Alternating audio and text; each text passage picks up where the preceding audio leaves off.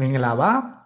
မိမိတို့ရဲ့စိတ်ဖြည့်ဆည်းမှုများကိုအကောင်းဆုံးစီမံခန့်ခွဲနိုင်စေဖို့ဆိုတာမရေးပါလာတဲ့အရေးတစ်ရပဲဖြစ်ပါတယ်။ဘာကြောင့်လဲဆိုလို့ရှိရင်ကျွန်တော်တို့ဒီလုပ်ငန်းခွင်ကြောင့်မိသားစုရေးတွေကြောင့်စီးပွားရေးတွေကြောင့်အမျိုးမျိုးသောအခြေအနေရဲ့တွေကြောင့်စိတ်ပင်ပန်းမှုဆိုတာလူတိုင်းမှာရှိတဲ့တွေရှိကြပါတယ်။ဒါကြောင့်မို့ကျွန်တော်တို့ daily stress ဆိုတဲ့နေ့စဉ်ကြုံတွေ့ရတဲ့စိတ်ဖြည့်ဆည်းမှုတွေကိုပုံမှန်လေးလျှော့ချနိုင်စေဖို့အတွက်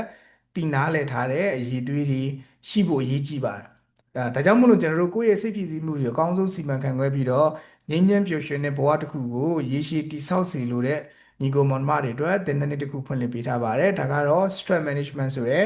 online zone live workshop သင်တန်းလေးဖြစ်ပါတယ်။အဲ့တော့ကျွန်တော်တို့ zone မှာသင်တန်းမှာကျွန်တော်တို့အတူတူဆုံတွေ့ပြီးတော့နေ့တိုင်းမှာကျွန်တော်စိတ်ပင်ပန်းစရာလေးတွေစိတ်ဖြည့်ဆည်းစရာလေးတွေကိုဘယ်လိုဖြေလျှော့လို့ရလဲဆိုရဲနီလန်းကောင်းလေးတွေရဲ့ပြီးတော့ကျွန်တော်စိတ်ပင်ပန်းစရာတွေကိုလျော့နှဲအောင်ဘယ်လိုမျိုးကြိုးစားပြီးနေရမလဲဆိုရဲ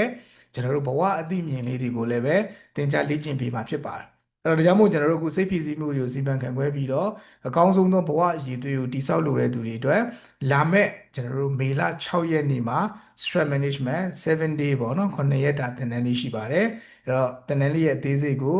ဒီကျွန်တော်တို့ဒီ page က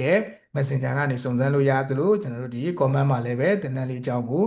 အပြည့်စုံလေးကျွန်တော်တို့ပြောပြထားပါမယ်ပေါ့နော်အားလုံးပဲကျွန်တော်တို့ကိုယ့်ရဲ့စိတ်ပင်ပန်းမှုတွေကိုဖြေလျှော့ပြီးတော့ငြိမ်းချမ်းပျော်ရွှင်တဲ့ဘဝတစ်ခုကိုတည်ဆောက်နိုင်စေဖို့အတွက် stress management သင်တန်းလေးမှာစုံထီးကြပါစို့ကိုစိုးသူရပါ emotional data and healthy mind founder ဖြစ်ပါတယ်သင်စိတ်ကိုအားပြန်ဖြည့်ပါစာအုပ်ကိုရေးသားထုတ်ဝေသူလည်းဖြစ်ပါတယ်ကျေးဇူးတင်ပါတယ်